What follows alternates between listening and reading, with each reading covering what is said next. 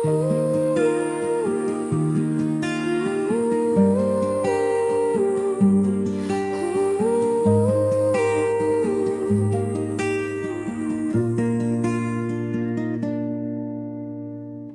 na araw na akong naghihintay. Bawat oras hawak ang phone ko't nag-aabang. Tinatawagan kita ulit, cannot be reached.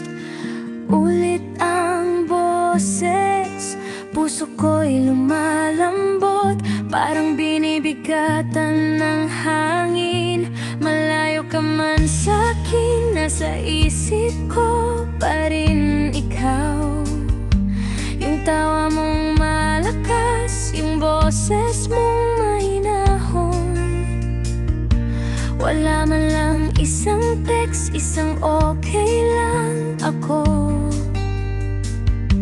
Nagbabaka sakali akong baka may lobat ka o walang load. Ngunit anim na araw na, paano ka nakakatagal? Baka nakalimutan mo na ako, o may iba na bang kasama? Naiyak na ako talaga, kinuha ko yung phone ko muli. Tinawagan ko ang best friend ko, kasi hindi kita makausap ngayon. Saan na ba siya? Tanong ko sa kanya, boses ko'y nangangasimoy. Siguro busy lang, sabi niya, hihintayin mo pa rin ba? Oo, sagot ko agad, kasi mahal ko siya talaga.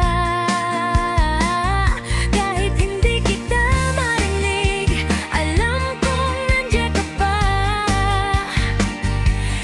Narinig ko ang hangin na dumadaan sa bintana, parang ikaw na nagpapahiwatig na nandito pa rin ako. Timawalan ngunit paulit-ulit hanggang mawalan ng battery.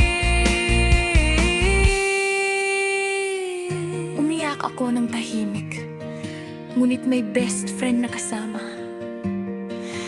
Kahit LDR tayo, alam natin ang totoo, ng pag-ibig natin ay hindi mababawasan ng distansya.